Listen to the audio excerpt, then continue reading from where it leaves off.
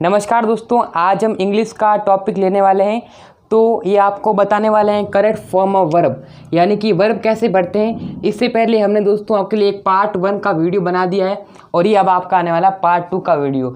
तो उस वीडियो के नीचे काफ़ी कमेंट आए कि इसका सेकंड पार्ट दीजिए, तो आज हम आपको ये सेकंड पार्ट देने वाले हैं। ठीक है, तो इस वीडियो को पूरा देखिएगा अंत तक दोस्तों। अगर आपका किसी भी सब्जेक्ट में डाउट है, फिजिक्स, केमिस्ट्री, मैथ या बायोलॉजी के अंदर, तो आपको उस क्वेश्चन का फोटो क्रॉप करना है और सेंड कर देना है कहाँ पर, डाउटनेट पर। ठीक है, डाउटनेट एक एप्लीकेशन है जिसका लिंक मैं आपको नीचे डिस्क्रिप्शन दे दूंगा, वहाँ से आप इसे डाउनलोड कर सकते हो। या फिर इसके जो व्हाट्सएप नंबर है, यानी कि आपको नंबर दे रखे हैं 8400 इस नंबर पर आपको फ़ोटो क्रॉप करके सेंड कर देनी है। तुरंत ही आपको इस क्वेश्चन का आंसर वीडियो सॉल्यूशन के साथ मिल जाएगा। ठीक है, आपका कोई भी सवाल हो, सीबीएसई बोर्ड, राजस्थान का बोर्ड, एमपी बोर्ड, सभी सवालों के जवाब आपको डाउटनेट पे मिलेंगे। तो दोस्तों लिंक आपको डिस्क्रिप्शन के अंदर मिल जाएगा, डाउनलोड कीजिए। आपको रूल बताने वाले हैं कि कौन कौन से रूल आपको फॉलो करने हैं। तो पहला रूल क्या है कि अगर कोई वाक्य में बिफोर आ जाए, यानी कि आपको ध्यान देना है कि कोई भी वाक्य है उसके अंदर अगर आपको बिफोर देखने को मिल जाता है और बिफोर के पहले अगर हेड आ जाता है, हेड की वर्ब की थर्ड फॉर्म आ जाती है, बिफोर के पहले हेड प्लस वर्ब की थर्ड फॉर्म आ जाती है, तो उसके बाद में हमें क्या लगाना है, तो उसका जो आपका यानी भरना पड़ेगा वर्ब, वो हम भरेंगे वर्ब की सेकंड फॉर्म। और अगर बिफोर के पहले आपके वर्ब की सेकंड फॉर्म आ जाती है, तो आपको यहाँ पर हेड प्लस वर्ब की थर्ड फॉर्म भरनी है। यानी कि आपको रूल क्या याद करना है कि हेड और वर्ब की थर्ड फॉर्म और इसके साथ में V2 लेना है। ये आपका बिफोर के कोई भी क्वेश्चन आता है तो बिफोर में हम head plus verb third form और वर्ब की 2 फॉर्म लेने वाले। ठीक है, अब वर्ब की सेकंड फॉर्म कैसे लगानी है, जैसे कि मैंने एक आपको फॉर एग्जांपल एक क्वेश्चन दे दिया कि the guest had gone before I. अब यहाँ पर आपको बढ़ना है रीच दी हाउस। तो अब यहाँ पर आपको क्या ध्यान रखना है, यहाँ ध्यान रखना है बिफोर। ठीक है, बिफोर का यहाँ पर आपको पता करना है कि इस वाक्य में क्या आ रहा है, बिफोर आ रहा है। जब किसी वाक्य के अंदर बिफोर आ जाए तो आपको यहाँ पर देखना है कि बिफोर के पहले क्या आ रहा है। बिफोर के पहले एक आ रहा है हेड आ रहा है और उसके बाद आ रही गॉन। तो क्या है, गो, वेंट, गॉन। ठीक है, ये आपका 3 फॉर्म होती है वर्ब की। तो थर्ड फॉर्म है, हेड के साथ हमेशा थर्ड फॉर्म आती है, तो हेड गॉन हो गया, यानी कि बिफोर के पहले हेड प्लस V3 आ जाती है। तो उसके बाद हमें क्या लगानी है, वर्ब की सेकंड फॉर्म लगानी है। जैसे कि यहाँ पर आई रीच दी हाउस, तो रीच की फॉर्म क्या है, सेकंड फॉर्म, तो रीच्ड, तो यहाँ पर हो जाएगी रीच्ड। अब इसी के एग्जाम्पल के थ्रू हम एक और नया एग्जाम्पल बनाते हैं, जैसे कि द पेशेंट, अब यहाँ पर डाई लगा रखा है, बिफोर द डॉक्टर केम। अब आपको कुछ भी ध्यान नहीं रखना है, आपको याद रखना है यहाँ पर क्या आया है, बिफोर आया है।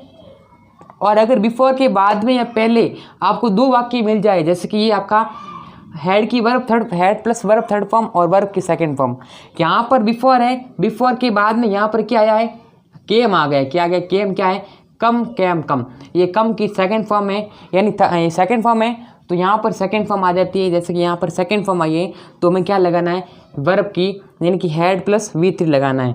दो दी पेशेंट क्या हो जाएगा, हेड।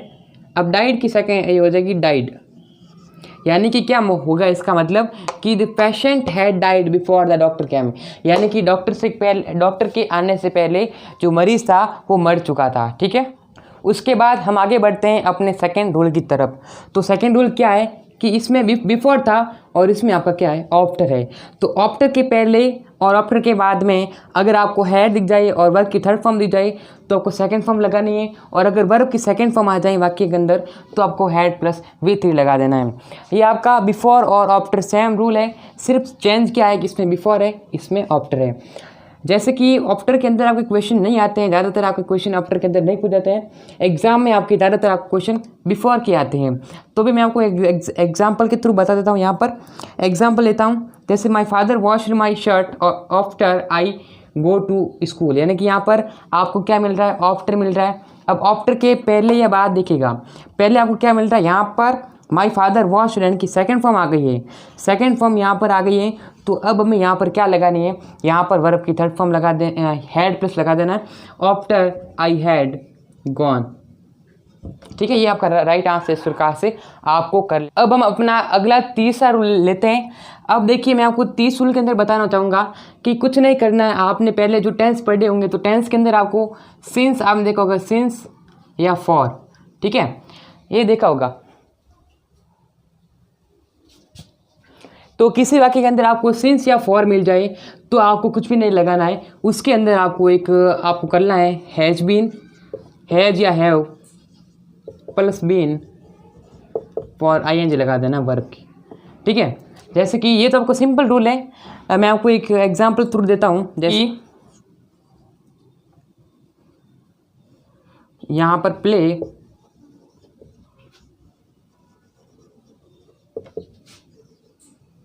For 2 hours।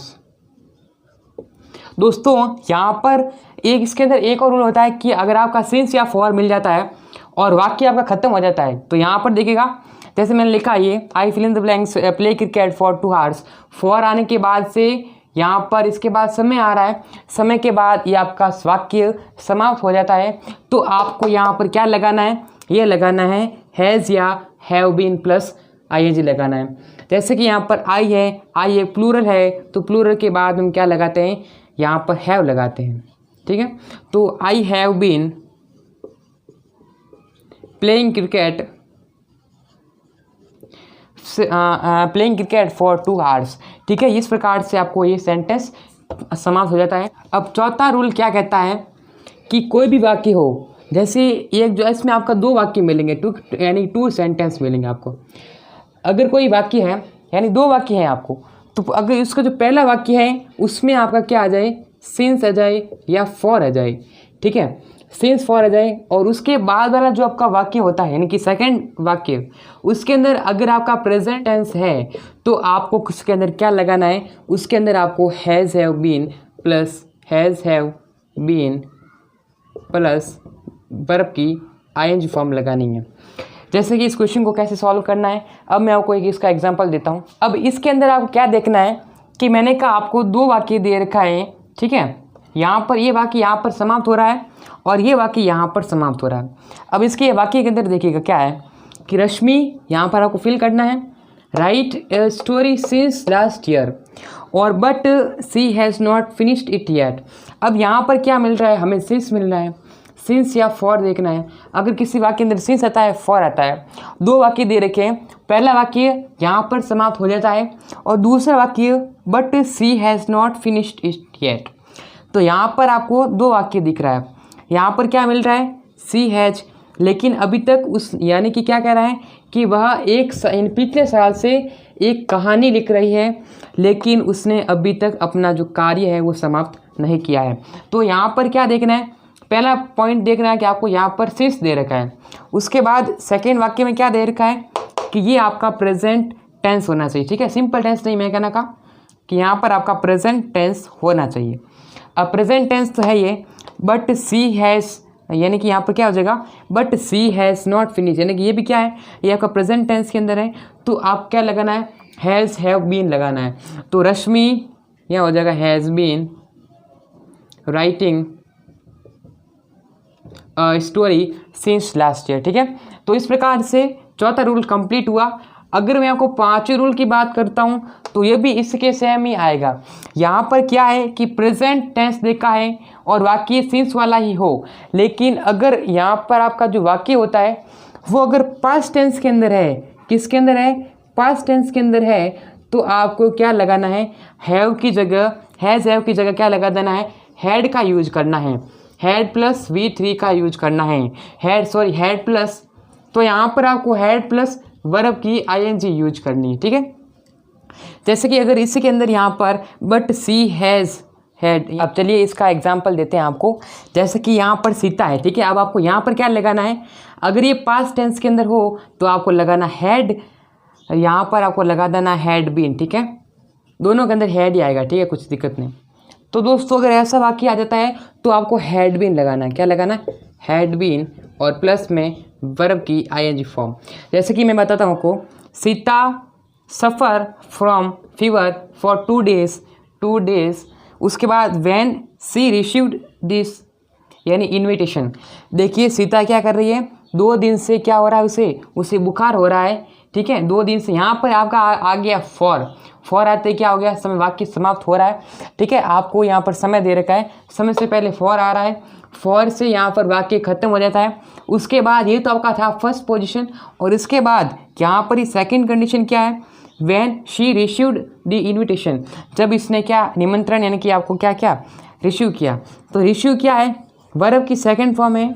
वर्ब की सेकंड फॉर्म में किसका यूज करते हैं, पास्ट टेंस होता है ना, तो पास्ट टेंस है और उससे पहले वाक्य में सिंस या फॉर है, तो हमें किसका यूज करना है, हमें यूज करना है हैड बीन प्लस वर्ब की आईएनजी फॉर्म।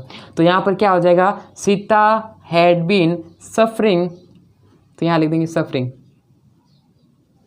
तो इसका क्या हो जाएगा दोस्तों, Sita had been suffering from fever for 2 days when she received the invitation. तो इस प्रकार से ये रूल हमारा समाप्त होता है। अब मैं आपको आगे एक और रूल देता हूँ जिसकी मदद से आप क्या कर सकते हैं, करेक्ट फॉर्म भर सकते हैं।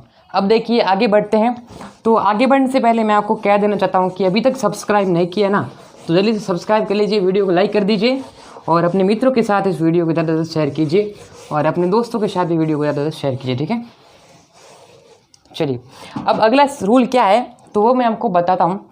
जैसे कि आपका कोई भी सेंटेंस हो, 6 रूल है आपको, मान लीजिए कि अगर किसी वाक्य के अंदर आपका वैन देखने को मिल जाए, वैन शब्द आ जाए और उसके वैन के बाद आप तुरंत कहीं भी आपको उसी के साथ अगर वर्ब की सेकंड फॉर्म मिल जाए, तो आपको उसके अंदर क्या बढ़ना है, उसके अंदर आपको वाज वर्ब, ठीक है, प्लस आईएनजी फॉर्म लगानी है, ठीक है। अब मैं आपको इसका एक फॉर्मूला देता हूँ कि आपको कैसे पढ़ना है और इसका एग्जाम्पल देते हैं। पॉज करता हूँ। जैसे कि मैं आपको बताता हूँ, आई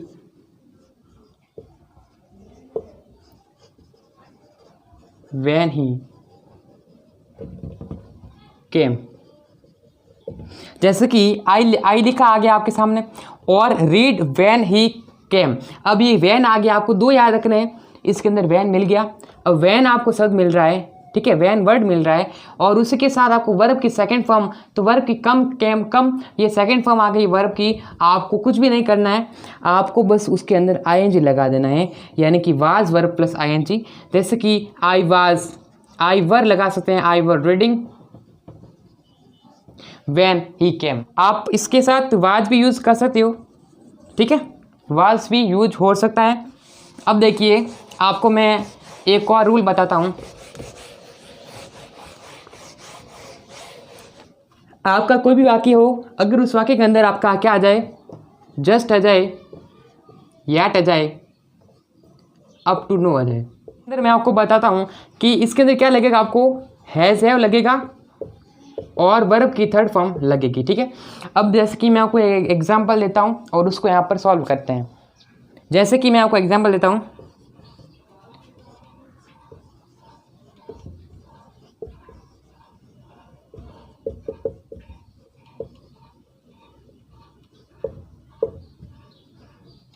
यानी कि he go to hospital just now. अब यहाँ पर आ गया जस्ट नाउ क्या यहाँ पर आ जाता है, तो आपको यहाँ पर क्या लगाना है, यहाँ पर आपको मिल गया गो, तो गो की थर्ड फॉर्म क्या आ जाएगी, वेंट, गो वेंट गॉन हो जाएगा ना। तो यहाँ पर he has gone to hospital just now.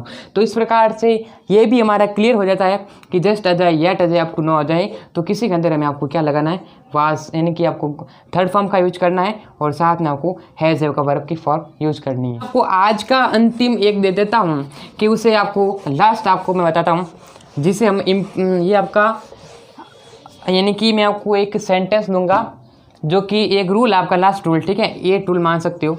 Imperative कोई भी सेंटेंस हो, इम्पेरेटिव सेंटेंस, उसके अंदर हम क्या यूज करते हैं, उसके अंदर हम फर्स्ट फॉर्म का यूज करते हैं, ठीक है।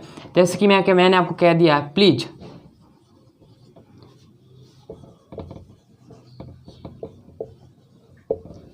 ठीक है, प्लीज। अब ये यहाँ पर आपको पढ़ना है, ये आपका इम्पेरेटिव सेंटेंस जैसे कि प्लीज हेल्प मी, तो यहाँ कर देंगे please help me.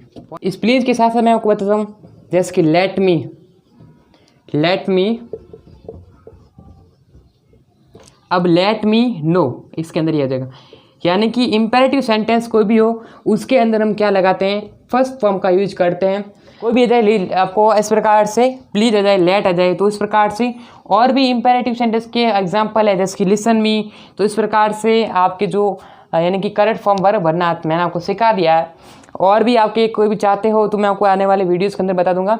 Imperative sentence को मैं आगे आने वाली वीडियोज़ के अंदर और भी अच्छी तरीके से एक्सप्लेन करने वाला हूँ, ठीक है। तो आगे आने वाली वीडियो के लिए आप चैनल को सब्सक्राइब कर लीजिए और साथ में बेल को प्रेस कर लीजिए।